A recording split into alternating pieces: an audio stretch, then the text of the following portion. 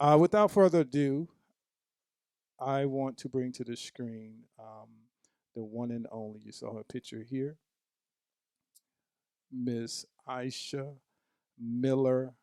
Let's give her a warm round of applause. How you doing, Isha? Miss Isha Miller, how are you? Hello. All right. Thank you. Richard. Thank you so much for having me. It is an honor to be here. It's an honor to have you here. It really is. Thank you for taking the time to share your story with us. Um, I like people to tell their own story, but I want to tell people a little bit about what I do know about you.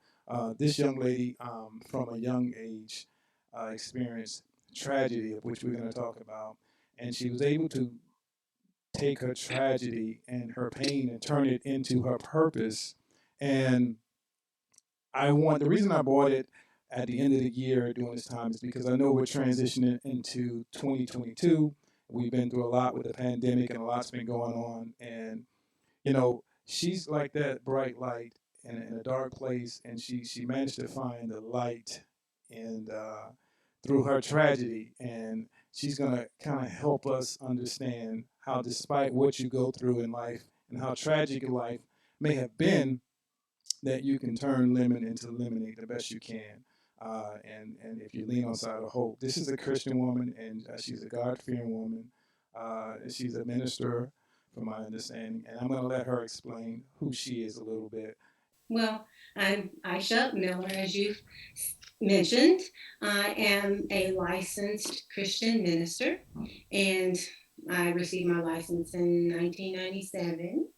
And so I've spread the gospel. My focus for about 20 years has been children, and that has been my passion. So I minister to children every week, and I am a mom and love my family and just love life. Okay. Well, welcome to the Rich Life Show. We are all family. Everybody that logs on, how you doing, Mr. Brody? Everybody that logs on here, we are all family. It's family oriented. But what's dynamic about what we do is we like telling stories. Not we like telling people stories that could actually influence or change or educate or inform people. We have a good time, but we also like to add purpose to what we do. And I'm going to show a news clip, and then I'm going to get into the conversation. And the reason I'm going to show this news clip, because she's in it, and it's a recent event, and she tells her side of the story about our black African American missing men and women and children not getting the type of attention, i.e., her experience and what she went through didn't get the type of coverage and media attention that it needs. So, going into this, if you would just give me about 2-3 minutes, it's a very, very informative clip. I'm going to play it now. Watch it so you can understand where this conversation is going to go. We'll be right back in about 2 minutes. All right, stand by. Now to the latest on the search for Brian Laundrie, the fiancé of Gabby Petito. The FBI returned to his family's home in Florida today to collect more items. Gabby was on a cross-country road trip with Laundrie when she disappeared. Her body later found in a national park in Wyoming. Laundrie vanished nearly 2 weeks ago, and a nationwide manhunt continues for him. In the meantime, Petito's disappearance has been making headlines and captivating the country for weeks. But why are so many other missing women virtually ignored? Reporter Giovanna Lotta introduces us to a woman working to change that reality, and her solution is to seek awareness and justice one story at a time. Gabby Petito's disappearance and later confirmed death captured the nation's attention. The search for her and now for the person of interest in her case still filling the airwaves. It's prompting many to wonder why the stories of missing and murdered women of color don't receive as much airtime. In the beginning, it was very difficult to get anybody's attention. Isha Miller was 9 years old when her mother, Myrtle Hudson, dropped her off at school and disappeared. That same day, Isha's 18-year-old sister, Willette, was found strangled and hogtied in the garage. For years, Isha says police wanted to pin the crimes on her father. But nothing could link him to it. Because they couldn't get him, it seemed as if it went unnoticed. It wasn't until 22 years later that cold case detectives linked the evidence in the case to a prison inmate named Tommy Lee Stewart, who later confessed to killing Isha's mother and sister. Much too long, says Isha, and she blames law enforcement and the media for the delay. We're left to believe that our life or our families' lives matter less because it's not on the news, not as extensively as they do Caucasian women. One local woman has been working to change that. Since 2018, Erica Marie Rivers, a journalist turned activist, has been telling the stories of forgotten, missing, and murdered Black and brown women on social media and a website she created called Our Black Girls.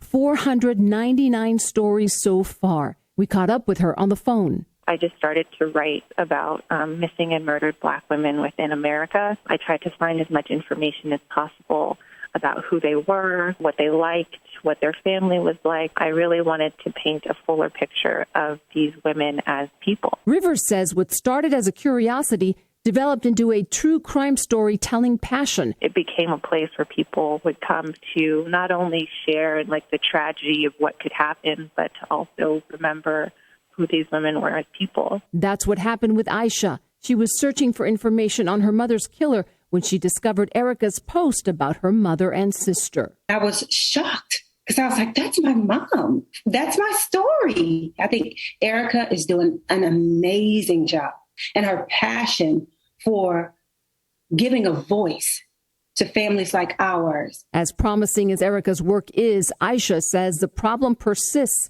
and it will take more than one person to right this wrong. The families are going to the police.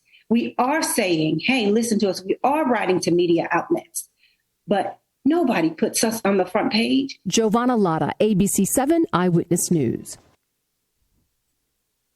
Okay, let's dive right back into the conversation. I thought it was very important for us to see that news clip to kind of outline. They did a very good job at outlining what happened back in the day and how there's a disparity in the amount of attention that the young African American families, men and women and children, don't get the media attention. And I'm going to have Isha tell us about her story. If you don't mind, let's go back to that day. Unfortunately, let's unpack it, and I want everybody to know your story, and you tell it the way that you know, because you were in the story. Let's go back to the day of that actual incident, from the point of you being taken to school. From my understanding, how old were you when this incident occurred? Thursday, September 11th, 1986. My mom dropped me off at school, and I never saw her again. She took me to school as normal, and I stayed up there, of course, all day. And at the end of the day, she never came. And it was well after school, about well after 4 o'clock. And some of my friends were just there at the school. And I said, well, I may as well walk home, which is something she would have never allowed. She didn't allow me to walk home. And so I walked home. I even thought I was going to be in trouble for doing that. So got home, and when I walked up to the front glass, the front window, the bottom left corner of the front glass was broken. And I walked in, and my daddy was sitting kind of at the table. He was reading the newspaper. And then I asked, hey, Dad, well, where's Mom? And he said, well, she's not here. I don't think he was alarmed at that time. He may have thought she went somewhere, or, so we were just looking around. And so I was like, okay. So I started looking around the house. My dad got up and he started looking as well. And a little while later, my brother came, and he got to the house, and he was like, hey, where's Mom? And Janice, my older sister, was named Janice.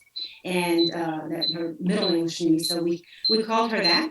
And when I got, when we just all just started to look around, just yelling your names out, saying, hey, Mom, where are you? And the funniest thing, not funny, but the most interesting thing was my baby sister was there. She was 3 months old. And so she was there. And when my dad got home, she was there too.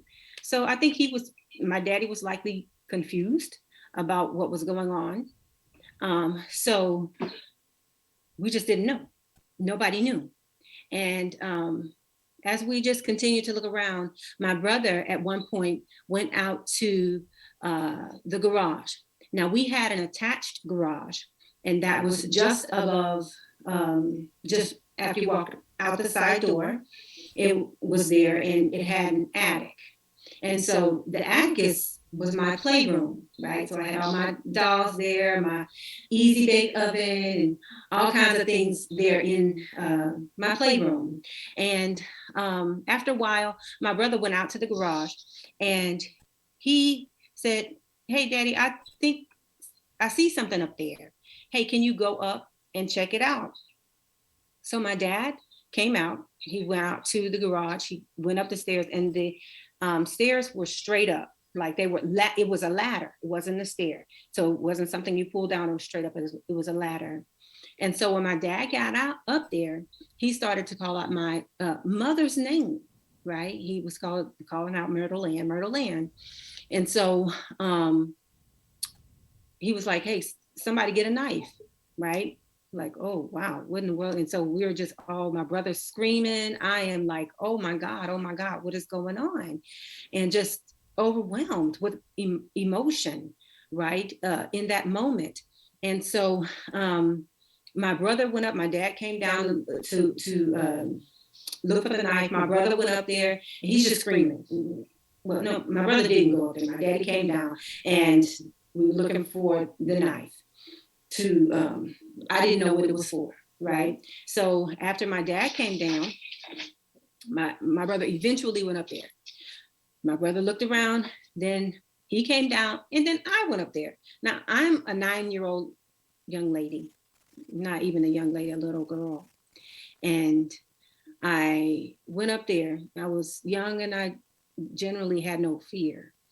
And I went up there, and I was like, okay, if we can just get this cord from around her neck, she'll be okay, right? And as I looked at the body that was there, it was actually my sister, my oldest sister. She was 18. And she had been strangled. She was hogtied. And she was actually hogtied with my Easy Bake Oven, with the cord from my Easy Bake Oven. And so I was just like, okay, we'll get this off of her, she'll live. I came down, and eventually when I got down, the police came, and I was just whisked away to a neighbor's house, and they didn't want me to, be exposed anymore to it. And I just went down the street. And I remember that day so vividly, because it was the first day that I would have seen the Cosby Show. And I had been waiting for that for so long, because it came on Thursday nights. And I had been waiting for that. And I just remember going down there and watching the show while they figured out what was going on. Wow. They eventually brought my sister down, and, So wow. Oh my God. That's got to be very tragic. Oh, at this point, your father finds your mom. No, he finds your sister upstairs in the attic. And I'm assuming the authorities come at this point. Yeah, the authorities came a little while later. We called the ambulance, and what I thought was so interesting when they did call the ambulance was that the ambulance didn't speed away, neither were the lights on, which let me know my sister wasn't alive. And what we know now is that my mom had been kidnapped. We knew she was missing, and she was kidnapped and murdered and taken to a place down in South Texas in the town where we lived, and it was called Pleasure Island. And the guy strangled her and murdered her and left her body there. Now, I say that like I knew what happened, but then we didn't know what was going on. It took us a very long time to find out. Well, in any domestic case, generally, the authorities will assume the spouse or a family member or someone that knows the family and is close to the family. And with the nature of the crime, it looked like it was just, it didn't look like it was just some random act. It, kind of looked suspicious, like, okay, you know, why did this person do this in this manner?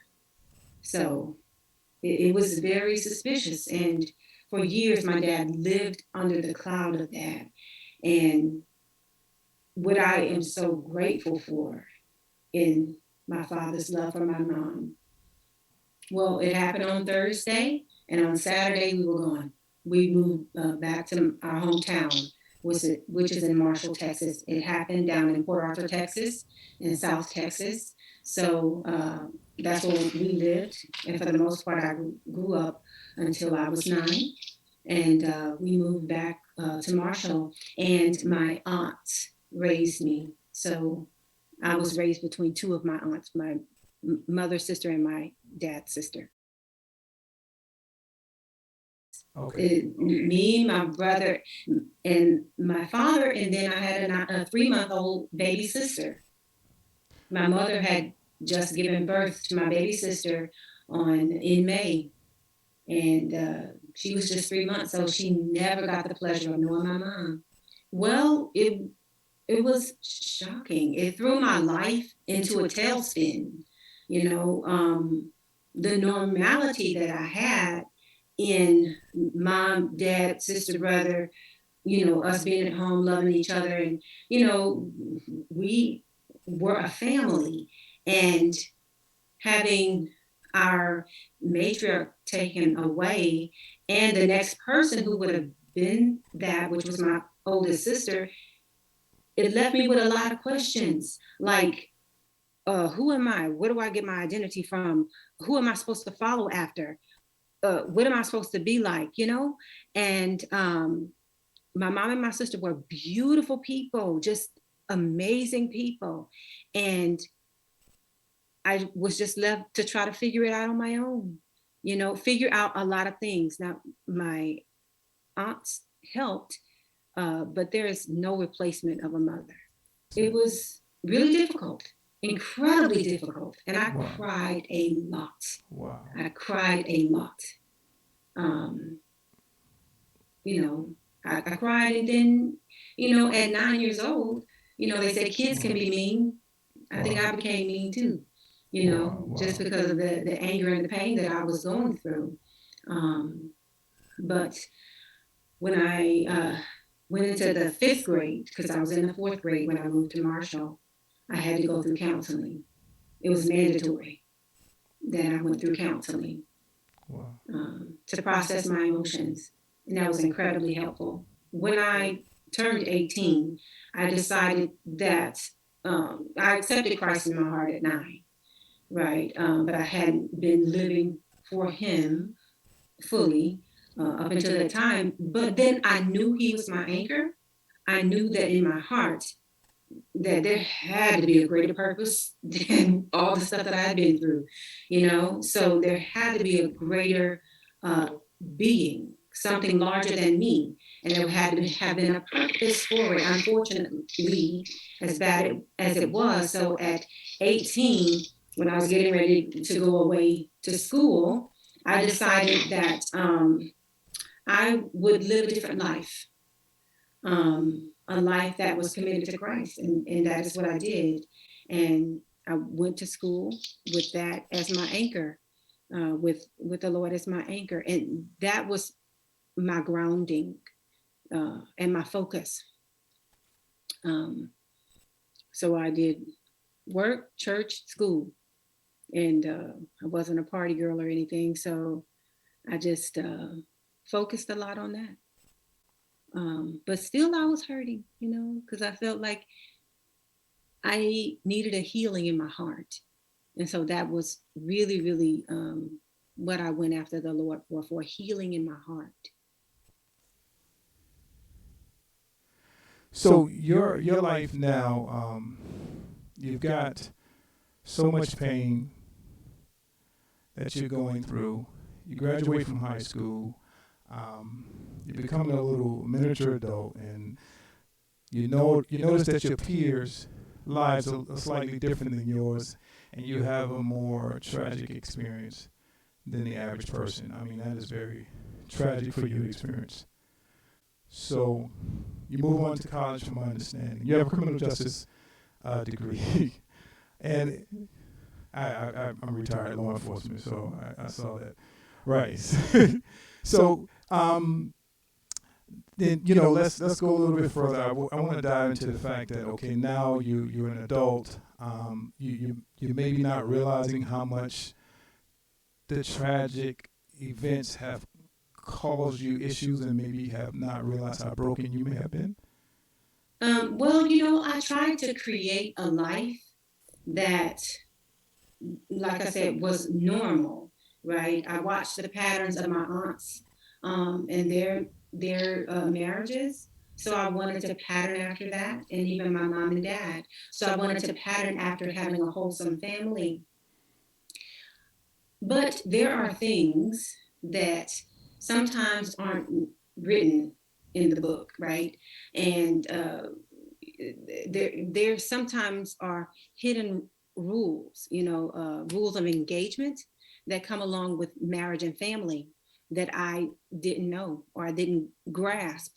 Um, so when I went on to get married, I got married under the guise that I'm good, right? I'm emotionally healthy, I'm healed, or I'm ready, right? I went through all of the steps to say, okay, I'm a good girl, and I am, saving myself for marriage and all these things, right? I did all that, right?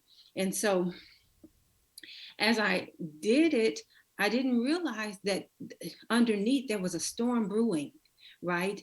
And it was waiting to explode out of my life.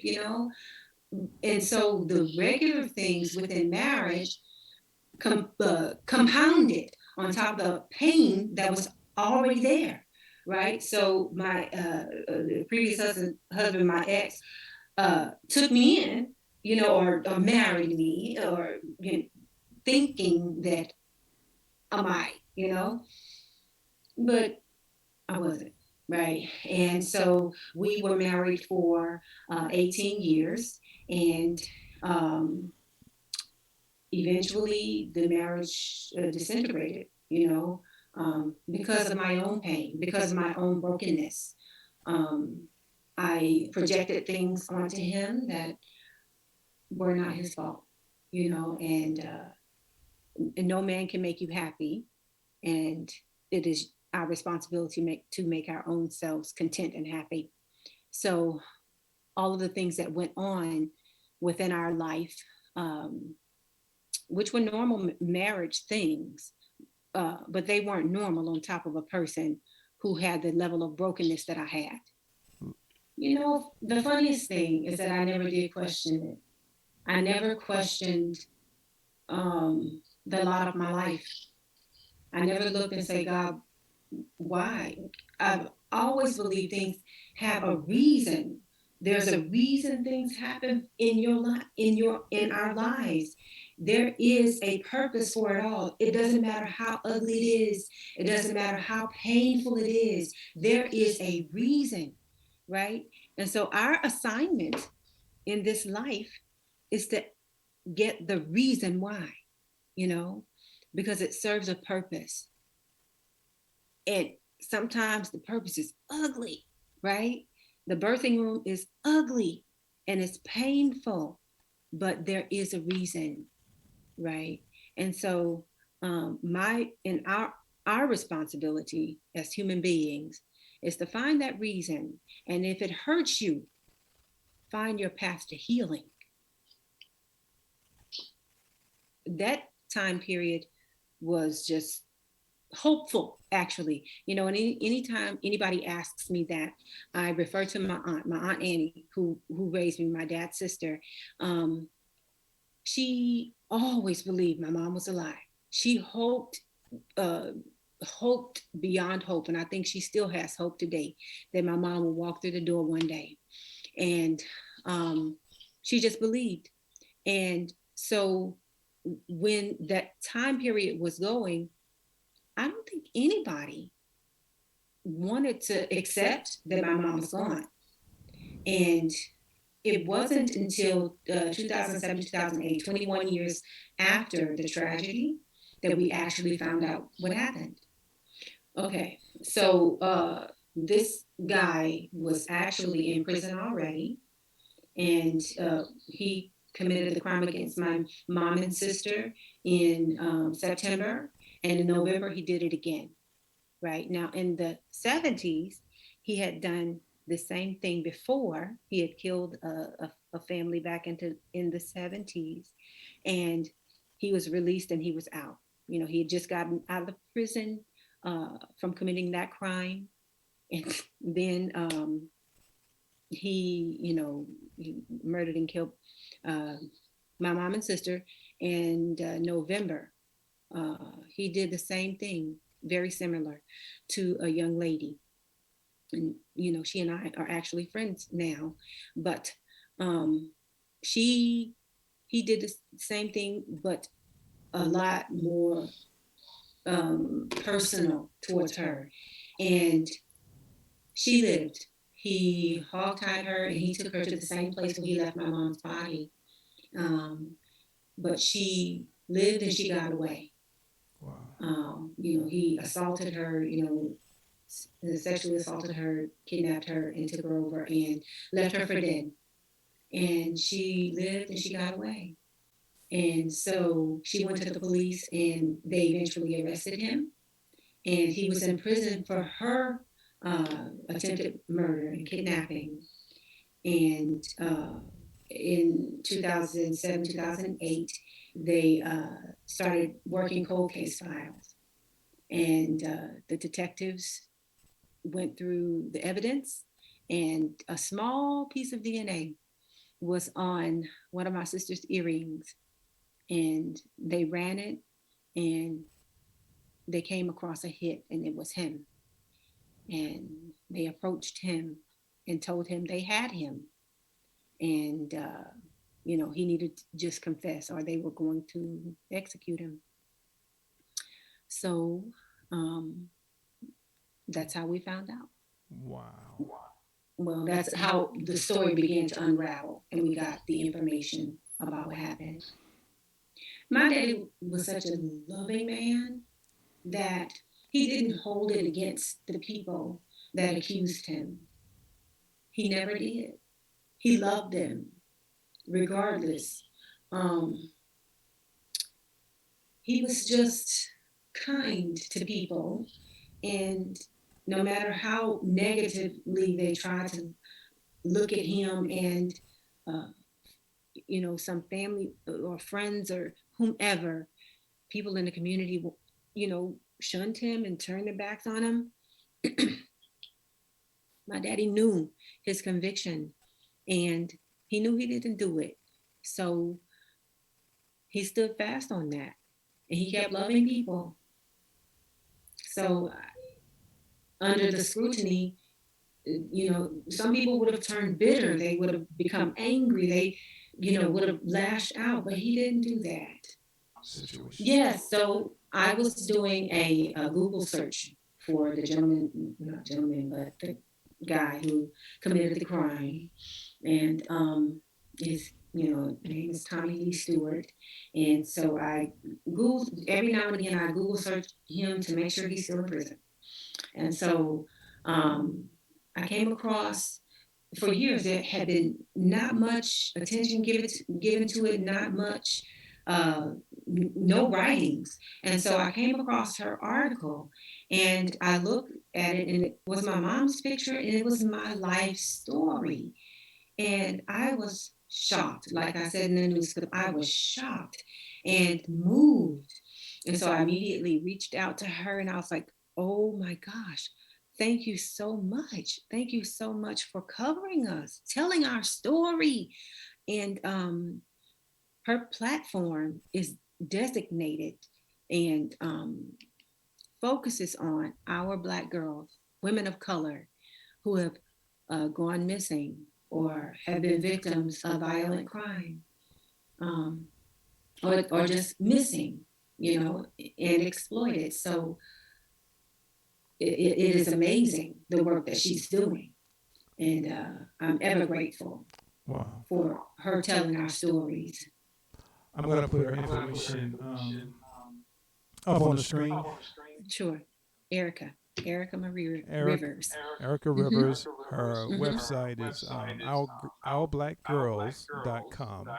Mm-hmm. You can find out a whole lot of information about her. She's doing some amazing stuff, highlighting some of the families that have missing people that are not getting the attention. She's doing a great job.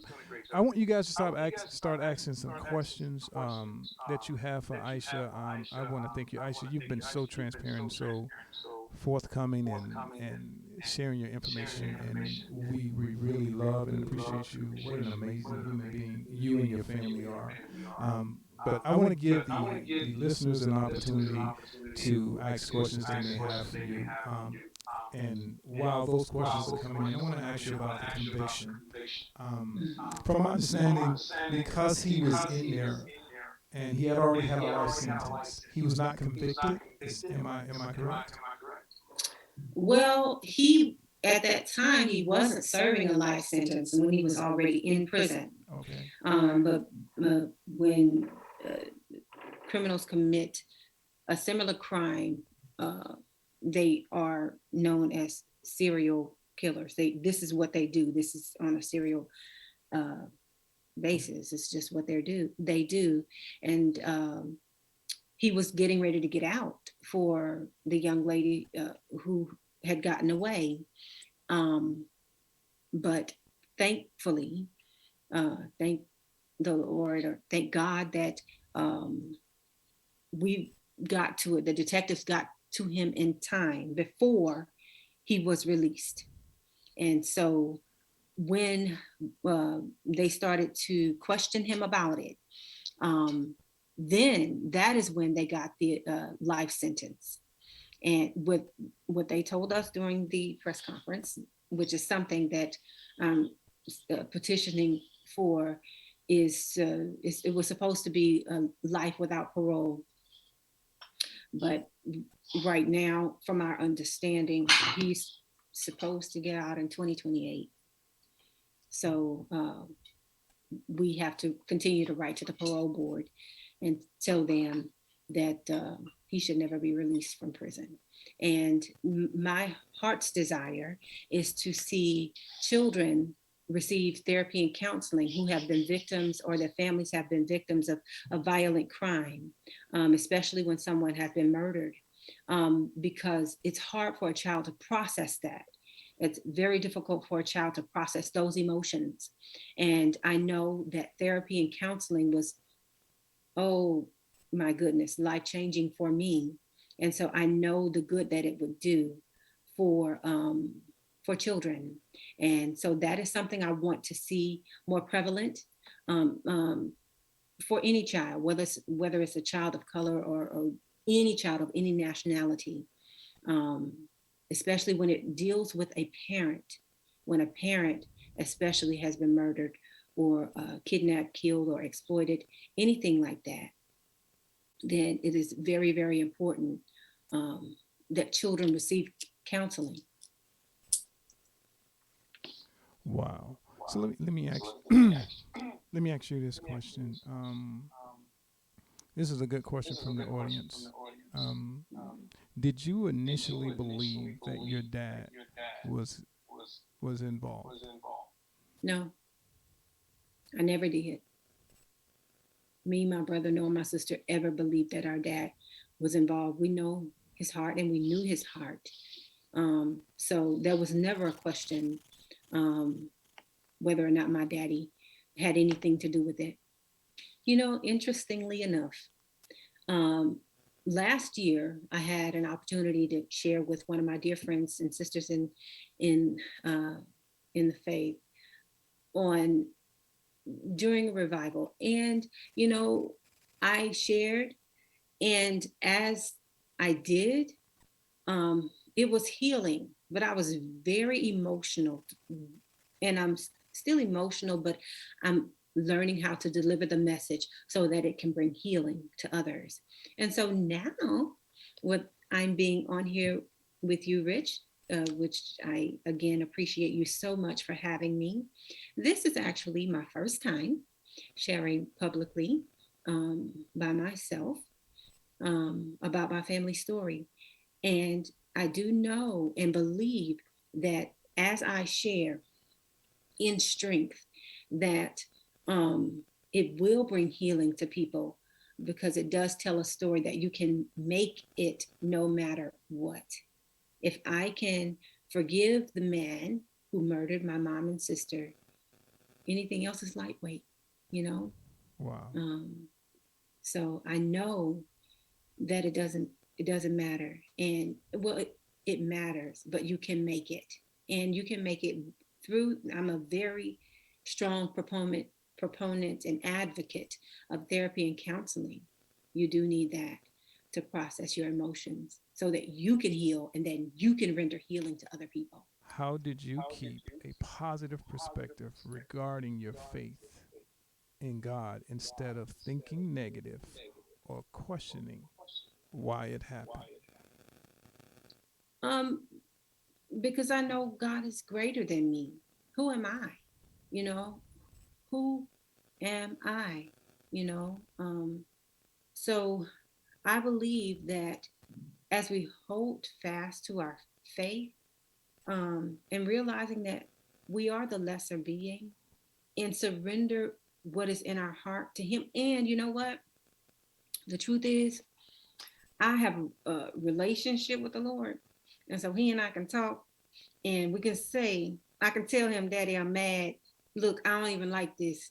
This hurts right now, you know? So the truth is, if I'm not transparent with God about my emotions and my feelings, then I can never get through. I can never get through, and I can never find my own healing. So that is imperative that we do that. Let's It is imperative.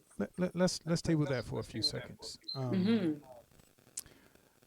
Forgiveness, your Mm-hmm. faith in your forgiveness, right? So,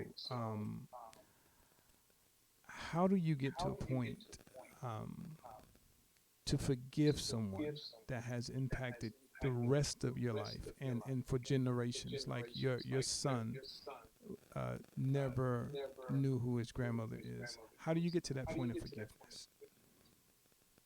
Well, as I do read the word, right, and so I try to put that as a practical thing for me, as a living, breathing thing, right? So if I can't render forgiveness to someone else, how in the world can somebody forgive me for whatever I did? If I cut them off in traffic, if I talk bad to them, if I have an issue with them, or if I just outright wrong them, how can I be forgiven if I don't render forgiveness to somebody else?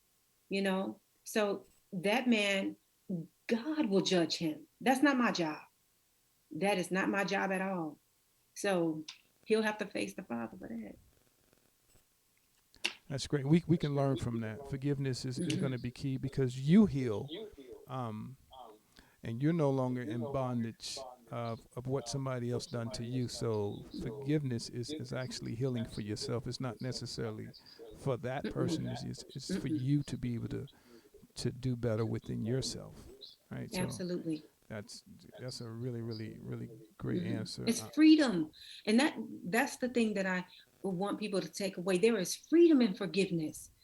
When I can forgive you, I'm free. I can wake up, and I was telling one of my uh, family members that the righteous are quick to repent. I'm quick to say I'm sorry, say it and mean it. You know, if I want to be right, and not just right, but righteous, I'm going to be quick to say, oh, okay, you know what? I was wrong. I'm so sorry, you know, so that I hope somebody will forgive me real quick when because I do not get it right all the time.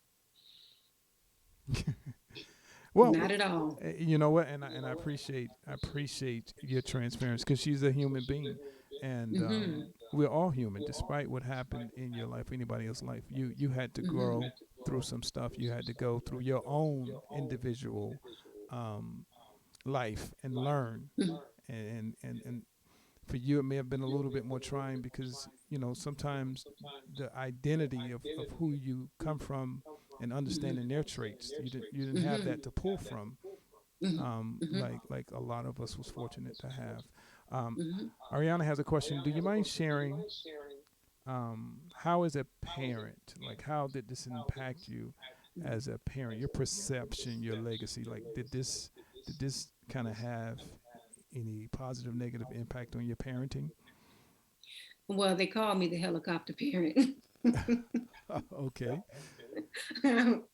Well, I don't know if it's overprotection, and I try to render liberty to my son.